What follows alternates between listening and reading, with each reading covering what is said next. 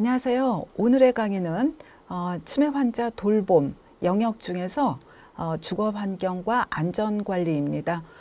오늘 강의를 하게 될 저는 경인여자대학의 간호학과 박정모 교수입니다. 자, 강의 시작하겠습니다. 오늘 강의를 듣고 난 다음에 여러분들은 치매 대상자의 안전관리 원칙을 이해하게 되고 사고 발생 요인을 파악함으로써 사고 예방을 위한 안전수칙을 제시할 수 있게 될 것입니다. 첫 번째 챕터 안전관리입니다. 안전관리에서는 우선 노인의 안전사고 실태를 여러분들이 파악함으로써 이런 환경에서 안전에 좀 더 유의해야지 되겠구나 하는 거를 먼저 학습을 하겠습니다. 다음 치매 환자 돌봄에서 익숙하고 일정한 환경을 유지하는 게 중요하다. 두 번째, 잔존 기능을 최대한으로 활용하는 게 필요하다. 그리고 적절한 자극을 제공하는 게 필요하다 하는 거를 학습을 하겠습니다. 안전관리 중에서 안전관리 원칙의 노인 안전사고 실태를 우선 학습을 하겠습니다. 일반 노인들도 안전사고에 매우 취약한데 치매 노인은 특히 더 취약하죠. 노화로 인해서 일반적으로 신체 기능이 전부 저하되죠. 그리고 감각 기능도 모두 저하되면서 위험에 아주 취약한 그런 대상자입니다. 우선 어떤 생활 환경에서 취약한지 확인할 필요가 있고요. 그래서 안전관리 방법을 숙지하는 게 필요합니다. 2017년 한국소비자원에서 조사한 노인의 안전사고 실태를 먼저 살펴보겠습니다. 우선 연령이 높을수록 사고 사망률이 높습니다. 이 얘기는 연령이 높을수록 사고를 당한 뒤에 사망뿐만이 아니라 이렇게 심각한 그런 후유증이 있다는 것을 알려주고 있는 것입니다. 통계청의 2017년 사고에 의한 사망은 인구 10만 명당 17.3명이었습니다. 우리 지금 이 아래 표를 보면 전체 2017년 합쳐서 10만 명당 17.3명이었고요. 이 사고에는 운수사고, 추락사고, 익사, 화재, 중독사고를 모두 포함하고 있습니다. 그런데 연령이 높아갈수록 사망률은 지금 급격하게 높아지고 있죠. 그래서 80세 이상은 엄청 높은 상태입니다. 이 사고에 의한 사망은 2017년에 당뇨가 인구 10만 명당 17.9명이었습니다. 그런데 지금 사고에 의한 사망은 17.3명이어서 바로 아래 7위를 기록하고 있죠. 매년 고령자 안전사고는 증가하고 있는 추세입니다. 이 사고 실태조사에서 우선 고령자 사고가 여성이 남성보다 많았고요. 그리고 활동 형태를 조사를 해보니까 기본 일상생활이 가장 많았어요. 이게 한 몇 퍼센트였는지 이게 한 50% 정도 됐을 거예요.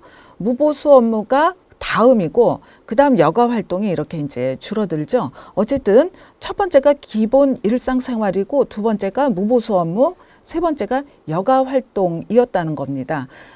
이 얘기는 활동 형태에서 기본 일상생활에서 가장 안전사고가 많이 일어난다 하는 거를 얘기해 주고 있습니다. 안전사고 발생 장소를 보면은 주택에서 60.5%로 압도적으로 많았어요. 그리고 도로, 인도가 4.3, 숙박 및 음식업소가 3.8%. 그리고 다른 연령하고는 달리 이 노인들은 주거 시설이 주택 말고 의료 서비스 시설이나 복지 노인 요양 시설이 있다 보니까 여기서 나타나는 안전사고가 3.0%, 2.0% 이렇게 나타났죠. 주택 내에서도 어디서 안전사고가 많이 발생하느냐, 침실하고 방이 가장 많았고요. 화장실하고 욕실이 11%, 그 다음 거실이었습니다. 이 노인들은 주택 내에 오래 거주하고 있고 그러다 보니까 주택 내 공간이 아주 주의해야 될 필요가 있다 하는 것을 알려주고 있습니다. 즉 안전사고는요, 일상생활에서 그리고 자기가 거주하는 공간에서 많이 일어난다고 하는 겁니다.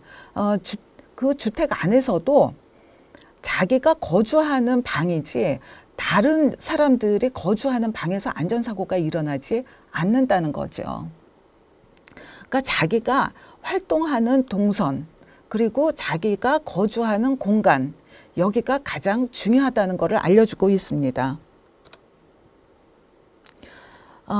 이 노인의 이 안전사고 중에서 보면 이제 침실이나 이런 데서 안전사고가 일어나는 거는 일어나서 아침에 일어나서 내려오다가 어지러워서 넘어진다거나 옆에 있는 가구에 부딪힌다거나 어떻게 옆에 있는 어떤 물건에 부딪힌다거나 이런 것들이에요.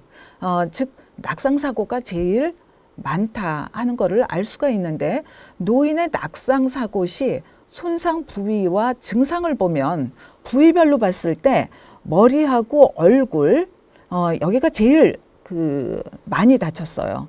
그 두 번째가 둔부하고 다리, 발 여기가 두 번째고 그 다음 세 번째가 팔하고 손입니다.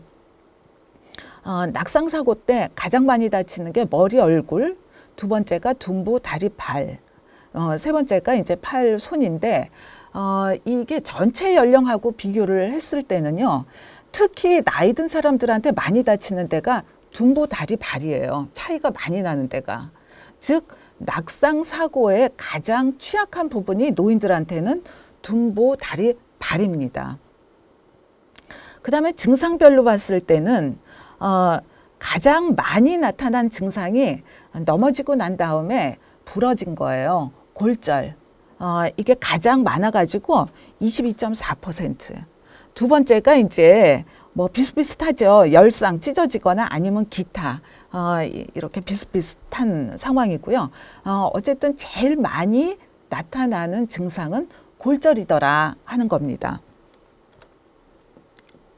그러면 이렇게 일상생활, 가정 내 낙상사고 이 발생 요인이 무엇인가 하고 찾아보니까 바닥재가 가장 큰 원인이더라 하는 겁니다.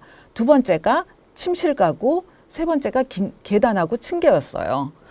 우선 돌아다니다가 집에서 다니다가 바닥재가 미끄러워서 넘어지는 그런 낙상사고. 그 다음에 침실 가구는 침실에서 내려오다가 어디 걸려서 넘어지는 경우, 부딪히는 경우 이거예요. 그 다음에 계단 층계는 이 치매 어르신, 노인 이런 분들이 깊이 지각이 좀 떨어집니다. 그래서 층계, 계단 여기서 이제 이 깊이를 잘 인지를 못해가지고 넘어지는 사고입니다. 그래서 이 전반적으로 낙상사고의 위험 요인이 무엇인가 하고 살펴보니까 이전에 넘어졌던 사람들이 또다시 넘어지더라는 거예요. 이전에 낙상 경험. 그래서 한번 넘어지면은 다음에 주의해야 될 필요가 있는 거죠. 두 번째는 바닥재가 미끄러운 경우, 이 문제가 있는 경우. 그래서 바닥재와 같은 환경의 재료적인 문제가 두 번째. 그 다음에 침대 주변에 가구 등 물리적인 이런 장애가 있는 경우. 그 다음에 항우울제 같은 약물 복용 때문에 이제 어지럽게 느낀다거나 이런 경우. 그래서 이게 이제 낙상의 위험 요인이 됐습니다. 그러면 이런 이제 실태 조사를 통해서 우리가 예방을 하기 위해서는 어떻게 해야지 될 것인가. 지금 살펴보니까 낙상의 그 위험 요인들이 있었잖아요. 이런 것들을 개선을 한다거나 제거해야지 될 필요가 있는 거죠. 그리고 침실에서 내려올 때 금방 일어나서 내려올 게 아니라 특히 이제 거동이 불편하신 분들이나 이런 분들은 옆에 보행기라든가 이런 거를 꼭 잡고 내려와야지 되고, 그 다음에 어지럽다거나 이렇게 느끼는 사람들도 옆에 뭔가 잡을 게 있어야지 돼요. 그래서 침실이나 계단은 손잡이 등 이런 것들이 설치되어 있어야지 된다. 잡을 게 있어야지 된다 하는 거고요. 그 다음에 그 동선, 돌아다니는 동선에는 침실, 거실, 욕실, 화장실 이런 바닥재는 미끄러지지 않는 거를 사용하는 게 필요하다 하는 겁니다. 자, 그러면 안전사고 실태는 이 정도로 살펴보면서 여러분들이 뭘 주의해야지 되겠구나 하는 거를 알 수가 있었고요. 이 치매 어르신들한테는 다음에는 익숙하고 일정한 환경을 유지하는 게 필요합니다. 환경 변화는 치매 노인들한테 굉장히 큰 스트레스가 돼요. 그 새로운 그런 정보를 입력하기가 어렵기 때문에 이 환경 변화는 가급적 치매 노인들한테는 권장하지 않습니다. 환경 변화에 적응이 어려워져요. 그리고 이 앞에서 하고 조금 중복이 되는데, 안전한 환경 조성을 위해서 칼이나 뭐 어떤 위험한 물건, 라이터 이런 것들을 이제 치워주도록 하고요. 그 다음에 치매 증상 중에서 배회 증상이 있잖아요. 이 배회 증상은 너무 일정하고 너무 단조로운 이런 환경일 때, 이럴 때 너무 심심해서 배회 증상이 일어날 수도 있고요. 또 아니면은 익숙하지 않은 환경, 갑자기 내가 지금 들어가야지 되는 그런 집처럼 느껴지지가 않는다. 내가 지금 들어가야지 되는 방처럼 느껴지지 않는다. 이럴 때 다시 배회 증상이 일어날 수가 있다는 거예요. 이 배회 증상은 이제 여러 가지 안전 문제를 동반하죠. 낙상이라든가 신체적 손상이라든가 또 실종이 이제 가장 우려되는 거고, 그 다음에 찾지 못하면 이제 나중에는 사망으로 이어지기도 하죠. 그래서 배회는 일반적으로 어떤 이유가 있다는 거예요. 그래서 이유를 찾아보는 게 필요하고요. 그리고 환경을 적절하게 유지해 주는 게 필요하다. 그래서 너무 지루하지 않고 또 그렇다고 자극이 없도록 하는 거는 아니고, 이런 이제 이런 이 전략이 필요하다 하는 겁니다. 실제로 이거는 이제 있었던 사례인데요. 우리 종종 주변에서 찾아볼 수 있을 것 같아요. 고3이 되는 손녀가 지금 입시 준비를 하면서 이 지금 할머니하고 사용하던 방을 바꾸게 됐습니다. 이 경우에는 이 경증 치매 이제 시작하는 그런 어르신이었는데, 할머니하고 방을 바꾸면서 이 할머니는 자꾸 옛날에 사용하던 방, 지금 현재 손녀가 사용하는 방에 방문을 벌컥 여는 거죠. 그래서 이제 손녀하고 이 그 갈등을 빚었는데, 이때 어떻게 하면 좋겠는가? 가능한 한 치매 환자 경우에는 환경을 바꾸지 않도록 한다. 이게 이제 첫 번째 권장하는 방법이고요. 어떻게 할 수가 없어서 바꿨다. 이런 경우에는 방문 앞에 각각의 이름, 사진 이렇게 이제 붙여놓고, 이 방은 손녀 방입니다. 이 방은 할머니 방입니다. 하는 거를 인지시켜 주는 게 하나의 전략으로 들어갈 수가 있고요. 그 다음에 할머니 방에 들어갔을 때 우선 그 방이 안락하게 느껴져야지 되잖아요. 그래서 예전에 사용하던 할머니 소품, 정서적으로 안정을 느낄 수 있는 소품, 그 다음에 시각 자극 이런 것들을 좀 이용을 할 수가 있겠다는 겁니다. 그래서 정서적으로 안정을 유도를 해주도록 한다 하는 겁니다. 다음 치매 어르신을 이 돌봄을 하면서 잔존 기능을 활용을 하는 게 필요합니다. 치매 노인은 치매로 인한 기능 저하로 생활 범위나 동작이 협소해지고 다른 사람들한테 점차 이렇게 의존을 하게 됩니다. 시간이 지나면서 신체 기능, 인지 기능, 감각 기능 이런 것들이 모두 저하되죠. 그래서 일상적인 그런 부분까지도 모두 타인의 도움을 받게 되죠. 그런데 이 지금 잔존 기능을 유지를 활용을 함으로써 일상생활을 갖다가 오랫동안 독립적으로 유지를 할 수 있게 해주는 게 이 돌보는 케어기버 입장에서도 덜 피곤한 거죠. 그래서 규칙적인 생활을 이 노인 스스로가 할 수 있게 만들어줘야지 되는 거예요. 이거를 통해서 잔존 기능을 활용을 하도록 한다 하는 건데, 예를 들어서 칫솔질을 하는 거를 잊어버린 노인들이 있어요. 그러면 칫솔질, 치약을 바르는 걸 잊어버린 노인들이 있어요. 그러면은 치약 바르는 거는 도와주고 칫솔질은 본인이 하게 한다는 거죠. 이 치매 어르신을 돌보는데 꼭 이렇게 아주 아이디얼하게 그 치약 바르는 거는 도와주고 칫솔질은 본인이 하게 하는 이런 경우는 그렇게 많지는 않아요. 그런데 어쨌든 이렇게 남아있는 기능을 최대한으로 활용할 수 있게 만들어주는 게 필요하다 하는 겁니다. 지금 치매 노인의 잔존 기능 관리를 어떻게 하는 게 좋을까 하는 거를 이제 지금 임영선 이외에 이 지금 연구자들이 이렇게 구분을 해 놓은 게 있어요. 그런데 여기서는 신체적 기능, 정서적 기능, 인지 사회적 기능 차원의 잔존 기능을 유지한다. 이거를 첫 번째로 이제 얘기를 하고, 두 번째가 변화할 수 있는 기능과 변화할 수 없는 기능을 구분한다. 즉 변화할 수 있는 기능에 포커스를 맞춰줘야지 되는 거죠. 그 다음에 손상된 기능을 구분해서 남아있는 기능을 최대한 활용해서 최대한으로 독립적으로 생활할 수 있도록 하게 한다 하는 거예요. 즉 이 변화할 수 있는 기능, 손상된 기능을 구분해서 신체적 기능, 정서적 기능, 인지사회적 기능의 잔존 기능을 유지하게 한다. 이게 목표죠. 그런데 우선 신체적, 인지적 기능이 먼저 초점이 돼야지 된다는 거고, 다음이 정서적 기능, 영적 기능을 초점으로 잔존 기능을 활용한다. 이렇게 이제 차원을 구분을 해놨어요. 그런데 우리가 실제로 일상생활에서 이렇게 구분이 딱 되기가 어려운 사례들이 참 많습니다. 신체적 기능은 굉장히 왕성한데 굉장히 불안하면서 문제 행동을 많이 일으키는 그런 분들이 있어요. 그래서 본인도 위험하고 타인도 이제 이렇게 막 폭력을 휘두른다거나 이런 분들도 있고요.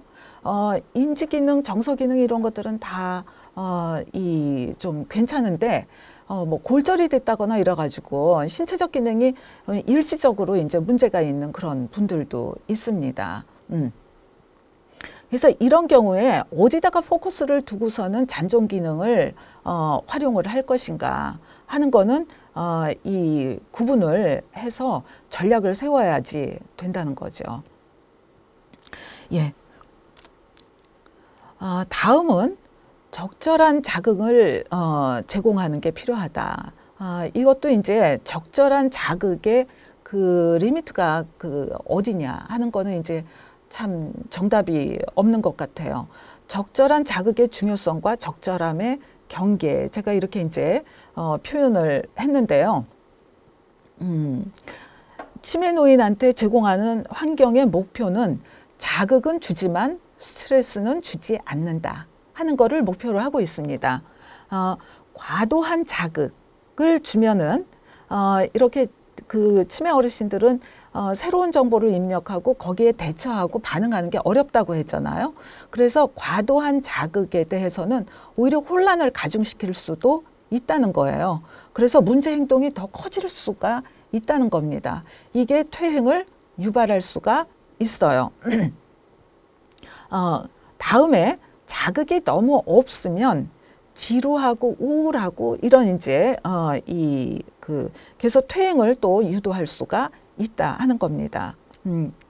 어쨌든 감각 상실은 많은 치매 노인들한테 위험 요소로 자극을 하기 때문에 적절한 자극이라는 거는 감각 상실을 예방을 하는 거예요. 그래서 그 환경에 과도한 자극 그리고 감각 상실을 겪지 않도록 균형을 유지시키는 게 이게 필요하고, 그래서 감각 기능을 유지시키는 게 이게 해결해 나가야지 되는 과제다 하는 겁니다. 그러면 적절한 자극 제공하는 게 어떤 종류의 자극을 제공하는 게 필요할까 하는 게 이제 지금 다음 슬라이드인데요. 우리 감각 자극 중에서 시각 자극은 가장 영향을 많이 주는 자극이라고 알고 있습니다. 그래서 적절한 조명, 조도 이런 것들이 이제 시각 기능을 고양시키고 안전을 제공을 해준다는 거고요. 그 다음에 청각 기능이 이제 나이가 들면서 전부 다 감소하죠. 그래서 청각 기능 저하가 소음, 소리를 정확하게 판단하지 못하게 하고, 또 보청기도 역시 정확한 판단에 장애가 되는 요인들이에요. 그래서 치매 대상자한테는 소음을 낮추는 그런 환경을 제공하는 게 필요하다 하는 거고요. 그 다음에 이제 후각 자극도 우리가 제공할 수 있는 좋은 자극 중에 하나인데, 좋은 냄새 이런 것들이 이제 즐거운 자극의 원천이 된다는 겁니다. 냄새 자극은 기억하고 이제 좋은 그런 강한 인지작용을 하게 되는데, 이런 거를 이용을 할 수가 있다는 거죠. 후각 자극으로 어디서 이제 밥하는 냄새가 난다, 어디 반찬하는 냄새가 난다 했을 때, 이게 식사 시간이구나, 어디에서 밥을 먹을 수가 있구나 하는 그런 방향성까지 알려준다는 거죠. 그래서 이런 이제 후각 자극으로 즐거운 과거를 연상할 수가 있고요. 그리고 장소 구분이 가능하게 된다. 우리 욕실에서 어떤 이제 퍼퓸을 사용한다거나 이런 목욕 제품 이런 거를 사용할 때 좋은 냄새가 나면서 저기서 씻는구나 하는 거를, 이제 목욕하는구나 하는 거를 알 수 있게 만들어 준다는 거예요. 이런 측면에서 아로마 요법이 정서적 안정을 제공하기 때문에 권장하는 그런 하나의 요법이 되기도 합니다. 촉각 자극은 우리 시각 자극이 약해진 그런 어르신들한테 대단히 이제 좋은 그런 자극이 된다. 그래서 기억에 역시 도움이 되는 자극이다 하는 겁니다. 이렇게 해서 지금 안전에 어떤 증진시킬 수 있는 어떤 안전사고가 언제 많이 일어나고 안전을 예방하기 위해서는 어떤 요소들이 필요한지, 이런 것들을 우리가 지금까지 살펴보았습니다. 보면 치매 노인을 위한 환경은 적절한 자극을 유지하고, 그리고 과도하지도 않고, 또 정서적 안정을 유지하는 정도의 자극이 필요하고, 그리고 규칙적이고 일정한 생활을 하게 하는 게 필요하다 하는 겁니다. 다음 사고 발생 요인을 살펴보도록 하겠습니다. 사고 발생 요인에는 감각 기능 저하하고 두 번째 이제 물리적 환경 때문에 사고 발생 요인이 되는데, 감각 기능 저하는 이제 대상자 본인이 가지고 있는 내적 요인이고요. 물리적 환경은 외적 요인이죠. 감각 기능 저하에서 시각 기능 저하, 청각 기능 저하, 이런 이제 모든 감각 기능이 저하되면서 나타나는 그런 사고 발생 요인을 좀 보겠습니다. 시력이 감퇴하고, 나이가 들면서 색구분 어려워지고, 안구 운동 속도 감소하고, 깊이 지각이 왜곡되고, 빛과 어둠의 순응도가 저하됩니다. 이것 때문에 학습하기도 어렵고, 책 읽기도 어렵고, 그 다음에 주의 집중력도 떨어지고, 진압력도 상실이 되고, 그리고 또 낙상의 위험도 있죠. 기피지가 왜곡되면서.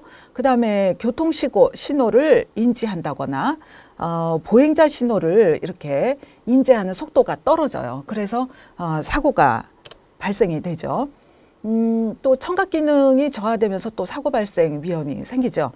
소리 전달 능력이 감소하고 청신경, 그다음에 청력 감소, 이런 것 때문에 이제 위험에 대한 소리를 제대로 들을 수가 없게 됩니다. 그리고 전정 반사가 감소되면서 어지럽죠. 그리고 균형 능력을 이렇게 잃어버리죠. 그래서 이제 사고가 발생이 되고요. 그다음에 위치 감각, 균형 감각 이런 것들이 이제 감소됩니다. 이런 것 때문에 알람, 뭐 경적 이런 것들을 듣기가 어려워져요.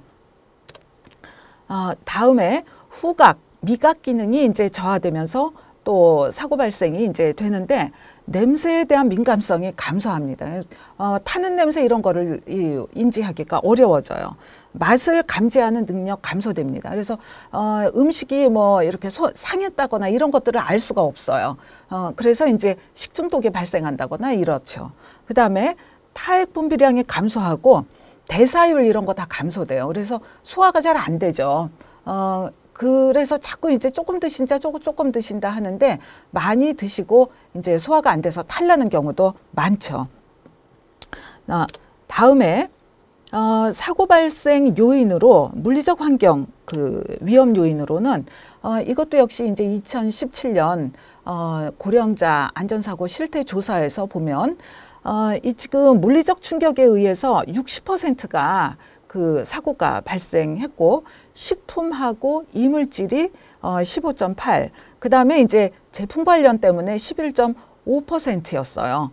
즉 물리적 충격하고 그 다음에 제품하고 관련되니까 굉장히 압도적으로 높은 그런 물리적 그런 그 환경 때문에 안전사고가 발생하더라 하는 겁니다. 역시 물리적 충격에 의해서 나타나는 그 형태는 낙상, 미끄러짐, 넘어짐, 그 다음에 추락, 그 다음에 부딪힘, 타박상 이런 것들이 나타났고요. 그 다음에 제품 관련 때문에 나타난 문제는 제품 관련은 그 사용하는 그런 제품의 예리함, 마감 처리 불량, 그 다음에 파열, 파손, 꺾어짐, 기능 고장, 부품 탈락, 그 다음에 조작 그 사용 방법을 잘못 사용했어요. 그래서 나타나는 그런 문제, 즉 이 물리적 충격, 그 다음에 제품 늘 사용하는 물건을 잘못 사용하고 그 사용하는 물건에 문제가 있어가지고 안전사고가 발생하는 거, 이게 이제 가장 높았다 하는 거를 알 수가 있습니다. 그래서 여기서 알 수 있는 거는 사용하는 물건을 안전하다 하는 그런 이제 보장이 있어야지 되는 거예요. 그리고 물리적 충격에 의한 낙상사고 역시 취약하다는 거 다시 한번 확인한 거고요. 그래서 여기서는 안전한 물리적 환경을 조성하는 게 필요하다 하는 건데 요거는 이제 책에서 조금 더 자세하게 나옵니다. 다시 반복되는 건데 그 사고 위험을 초래할 수 있는 환경은 젖은 바닥, 왁스 칠한 마루, 그 다음에 바닥에 널려져 있는 물건 이렇게 정리정돈 안 된 그런 환경이 문제가 되고요. 그 다음에 이제 보온 물통, 헤어드라이기 이런 것 때문에 이제 또 이런 이제 전기 제품 때문에 사고가 발생하고, 그 다음에 이제 가정에서 사용하는 세제, 생활용품 이런 것 때문에, 그 다음에 예리한 칼, 가위, 유리식기, 연장 이런 것들, 그 다음에 이제 약물이나 양념도 역시 문제가 되고요. 이 지금 정리되지 않은 작은 도구, 가구, 상자, 그 다음에 보행로 지나가다가 어떤 이제 장애물 있는 것들, 이런 것들이 위험을 초래하는 환경이 되더라 하는 겁니다. 다음 세 번째가 사고 예방을 위한 안전 수칙에 관한 내용입니다. 일반전 안전 수칙하고 화재에 대한 안전, 그 다음에 교통사고와 운전에 대한 안전 수칙을 살펴보도록 하겠습니다. 일반전 안전 수칙은 우리 앞에서 계속 나왔던 얘기가 반복되는 거예요. 그래서 낙상 예방, 어지럼증 유발할 수 있는 약, 그다음에 저혈압 유발하는 약 복용 이런 거 이제 주의해야지 되고요. 약 복용했을 때는 가급적 좀 돌아다니지 않는 게 좋겠죠. 그리고 보행로, 출입구 이런 데 이제 물건들, 장애물들 이런 것들 이제 치우는 게 좋고, 생활 공간은 안전하게 이렇게 밝게 유지하는 게 필요하다. 그다음에 거동이 불편한 경우에는 보행기를 사용하는 게 필요하다 하는 거. 그리고 또 그 발에 꼭 맞는 그런 그 신발 착용하는 거, 요게 필요하고요. 그리고 낙상 사고가 굉장히 많았잖아요. 그래서 이 근력을 이렇게 키우는 그런 운동을 하는 게 좀 좋겠다 하는 거. 그다음에 이제 낙상 사고가 일어났을 때 골절이 나타났을 때 그때 어떻게 하면 좋겠는가. 이 다친 부위를 움직이지 않는다. 그리고 고정시킨다 하는 거고요. 가능하면 환부를 심장보다 좀 높이 위치해서 이렇게 부기가 없도록 부종을 줄이도록 하는 거. 그다음에 관절이나 뼈가 만져지더라도 제자리로 돌리려고 하는 시도 절대로 하지 않도록 한다 하는 겁니다.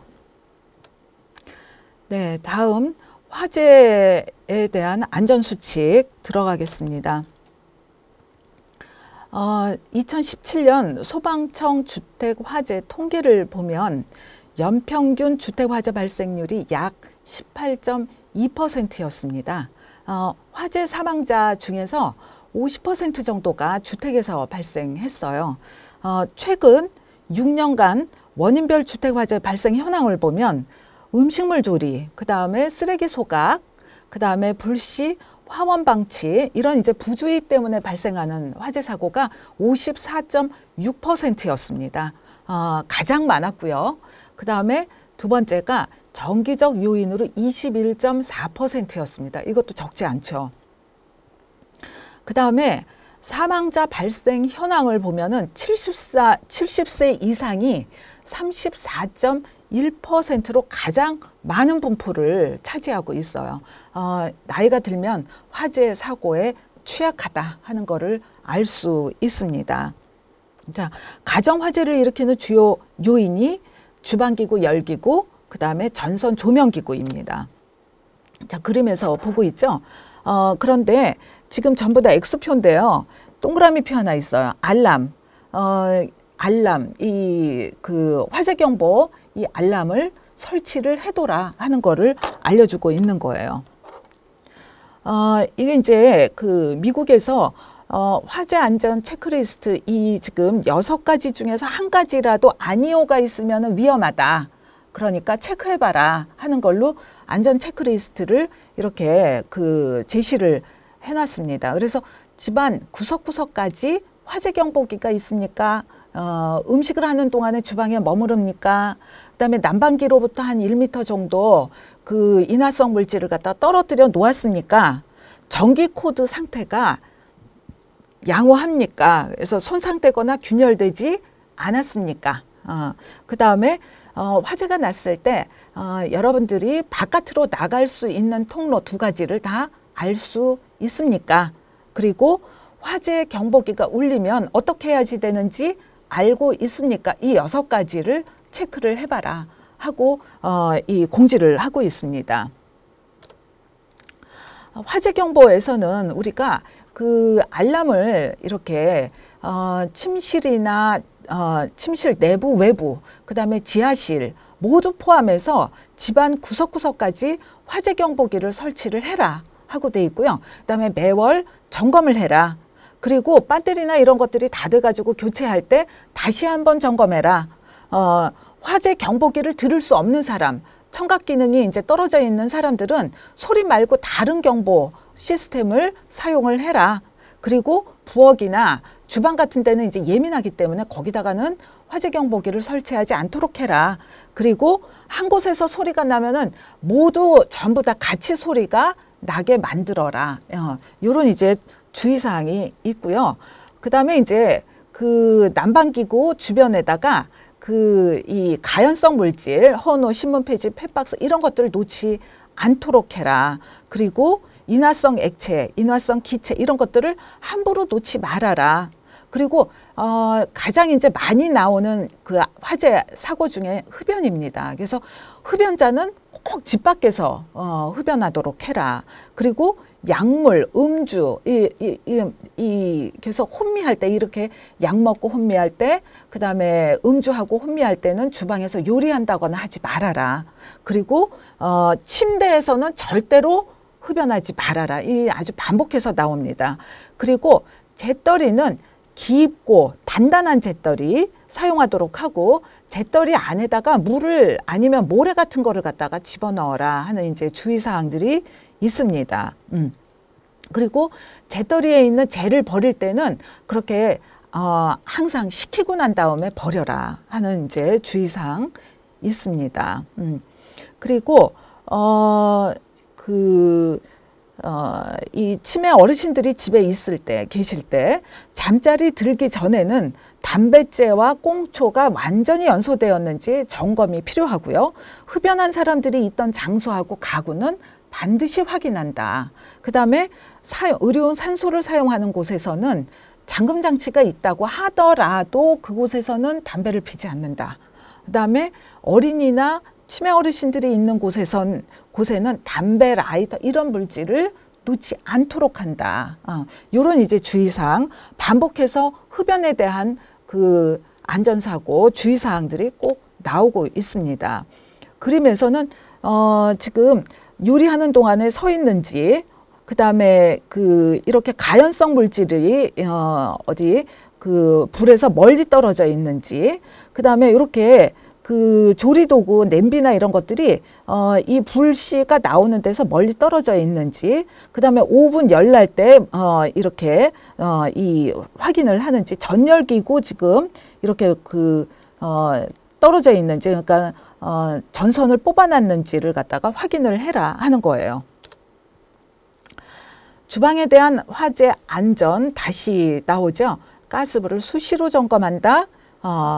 다음에 요리하는 동안에 꼭 맞는 옷이나 꽉 끼는 소매 입도록 한다. 그 다음에 불이 나면 침착하게 밖으로 나온다. 중요하죠. 그 다음에 전기 화재 안전입니다. 지금 그림에 보면은 굉장히 여러 개 전선이 지금 꼽혀 있죠. 이렇게 하지 않도록 한다입니다. 양탄자나 장롱 뒤편 이런 데다 밑에다가 이렇게 전선 깔지 않는다입니다. 그 다음에 전선 이렇게 손상된 거 사용하지 않는다. 점검하도록 한다. 그 다음에 전기 제품, 전기 문제 있을 때 자격 있는 전기 기사가 점검하도록 한다입니다. 꼭 알아두기 앞에서 몇 번 계속해서 반복했기 때문에 넘어가겠습니다. 자, 여기서 꼭 알아두기 위해서 화재 대피 계획을 세울 것 나와 있죠. 그 다음에 탈출구 가까이에 치매 노인의 침실을 배치하도록 한다. 그래서 나오기가 아주 쉽게 만들어줘야지 된다는 거고요. 그 다음에 탈출에 필요한 문이나 창문이 열리는지 항상 이거는 확인해 두도록 한다. 그 다음에 휠체어나 보행기가 출입구를 통과할 수 있는지를 확인하도록 한다. 그리고 정리정돈하도록 한다. 요거 확인이 필요합니다. 다음 마지막으로 교통사고와 운전입니다. 치매 어르신들 운전하지 않는 거를 권장하죠. 운전에 적합하지 않는 상태, 않은 상태는 왜 그러냐 하면은 시력, 청력 기능이 저하되기 때문이에요. 그래서 접근 차량의 거리 측정 능력이 저하되고 주위에서 차량이 접근하는 소리를 듣는 능력이 저하돼요. 그래서 그리고 주의해야지 되는 정보를 탐색하고 반응하는 능력이 저하됩니다. 교통 상황으로부터 자신을 보호할 수 있는 운동 능력 저하돼요. 그리고 시공간 기능, 실행 기능 이런 것들이 저하되고 그리고 동시에 판단 기능도 저하됩니다. 그래서 이런 여러 가지 기능들이 저하되면서 운전에는 적합하지가 않다 하는 거죠. 치매 어르신들은 주변에서 운전하기에 적합하지 않다 하는 거를 주변에서 먼저 알게 되는데 이 위험한 거는 이제 경도인지 장애나 치매 초기 노인들이 운전하는 경우가 있다는 거예요.